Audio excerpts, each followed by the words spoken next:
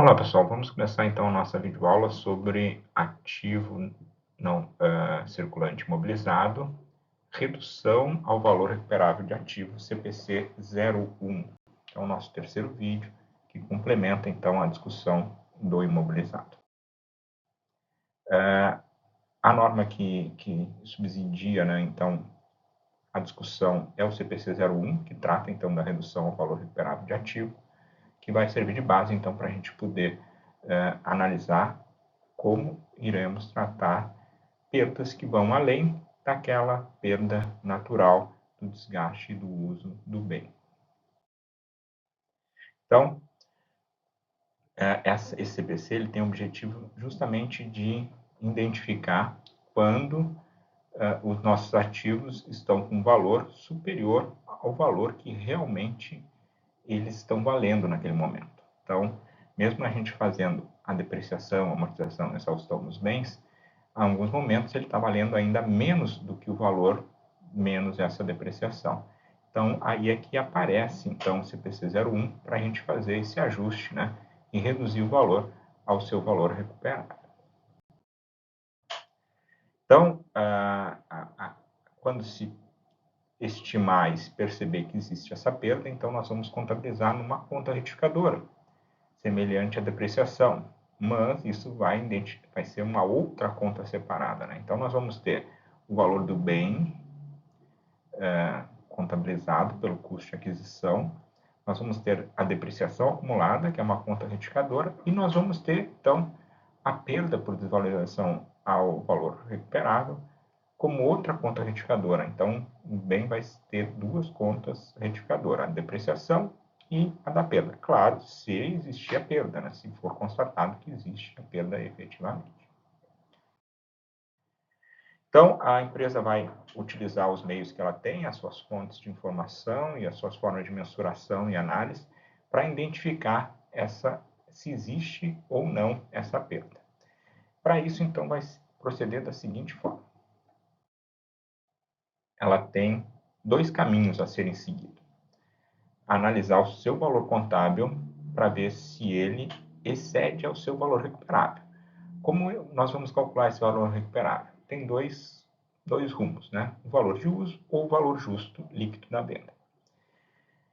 O valor de uso é aquele valor do quanto o bem vai gerar de benefícios no futuro.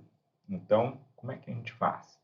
A gente teria que projetar a utilização desse bem para o futuro, verificar quanto que ele vai gerar de fluxo de caixa, trazer a valor presente, né, através da taxa de risco ou de inflação, né, que tenham sobre projetada para esse futuro, e a gente traria o valor do bem hoje, né? Porque quando a gente compra um bem, a gente pensa em gerar resultados. Então, se o valor de uso dele, em termos de resultado, ele for menor do que o valor que ele está valendo, é porque ele tem uma perda.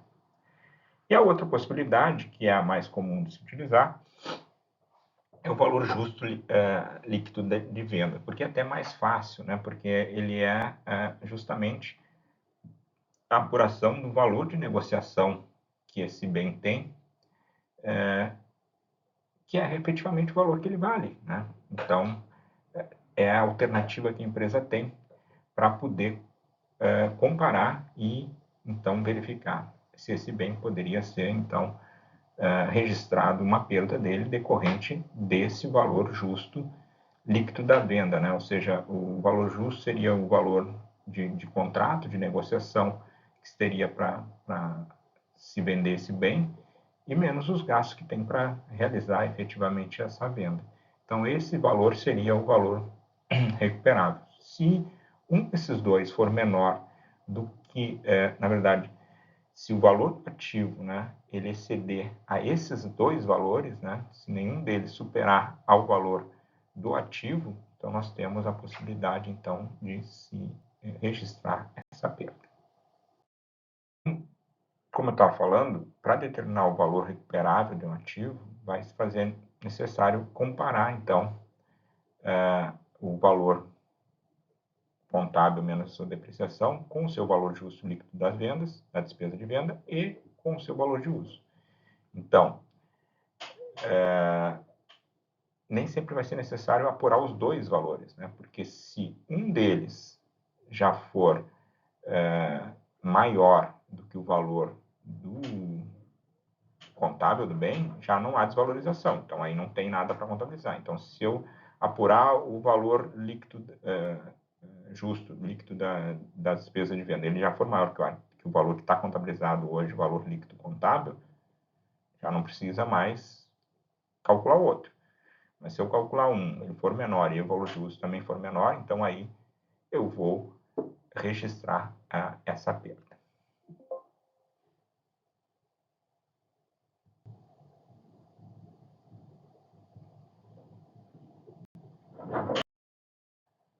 O valor justo líquido das vendas, então, para reforçar o que a gente vem comentando sobre esse elemento que é importante para calcular essa previsão de perda, ele é um preço de negociação que o bem tem em determinado momento. Então, vamos supor que a gente tem um valor, um bem, né, está lançado por um valor X, mas a gente tem outros bens semelhantes a esse que foram vendidos a um preço semelhante, ou seja, tem um contrato, né, com um valor, um produto que tem as mesmas características, né, que me permite dizer assim, bom, o valor de negociação desse bem é tanto.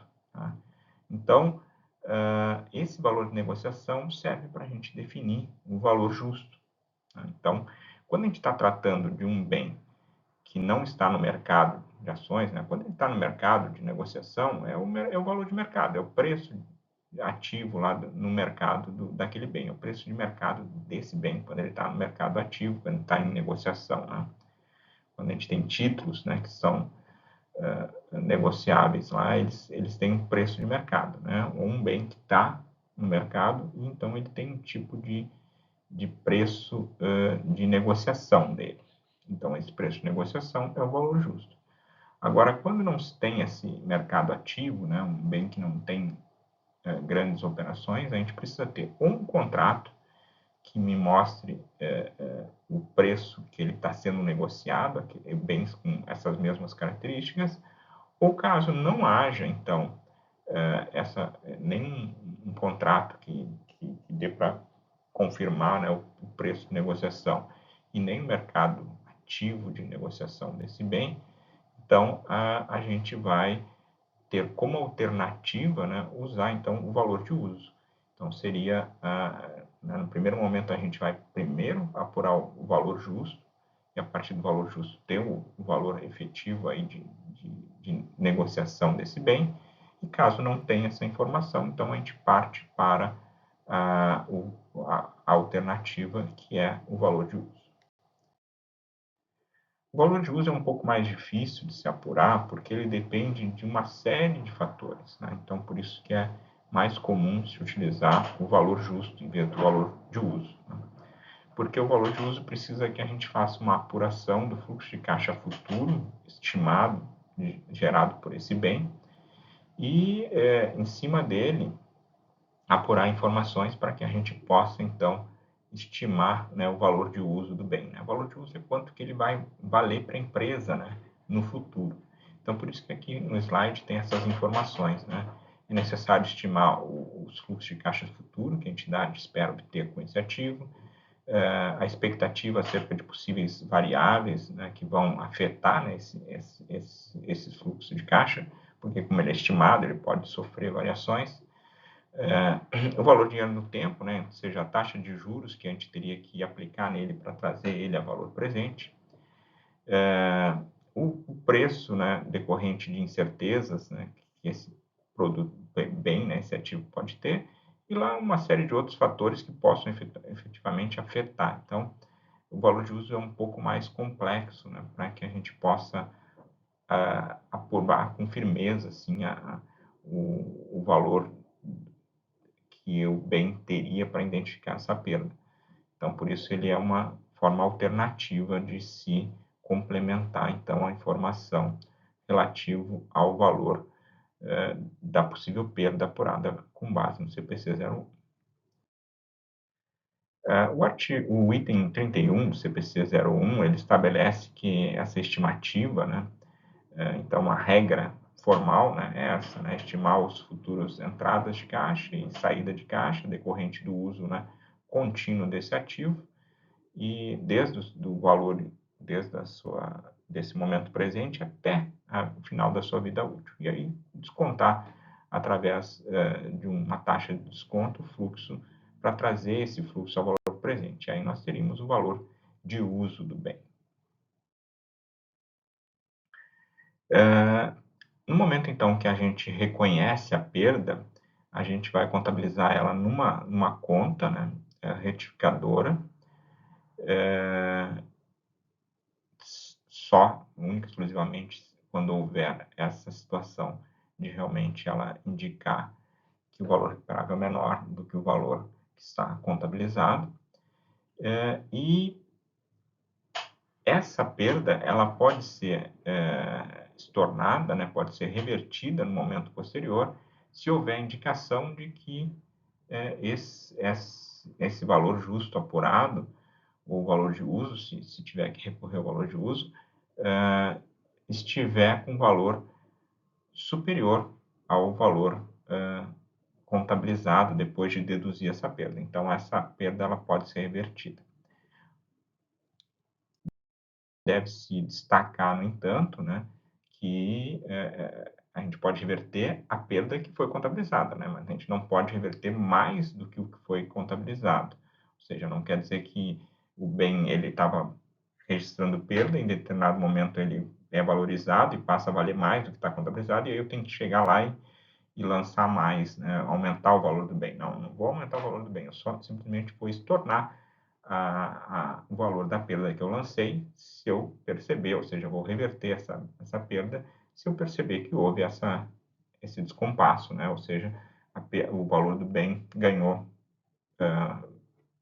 valor de negociação em termos do que ele valia antes, então aí a gente pode reverter essa situação.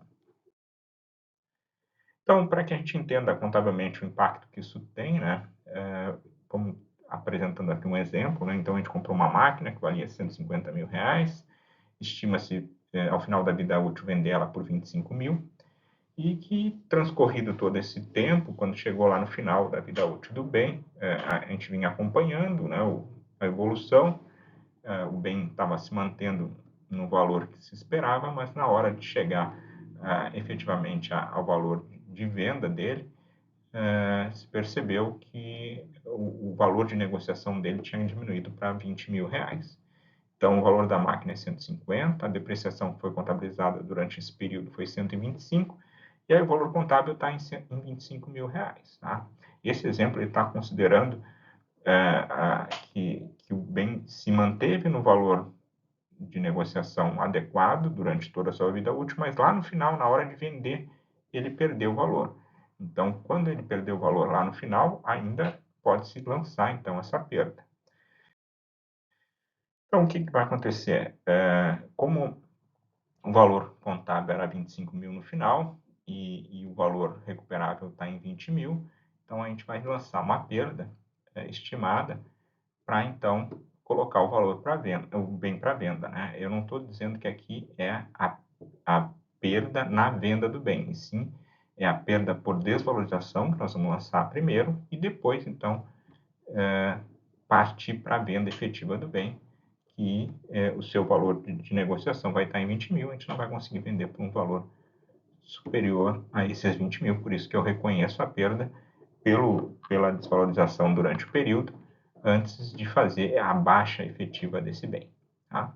A contabilização, nós vamos evitar a perda por ajustes ao valor recuperável e vamos, como despesa ou custo, né, e creditar, então, na conta de perdas estimadas para o valor não recuperável, uma conta redutora, então, retificadora do ativo não circulante imobilizado. Com isso, a gente encerra mais essa videoaula, né, sobre a redução ao valor recuperável de ativo, CPC 01. Até mais, pessoal!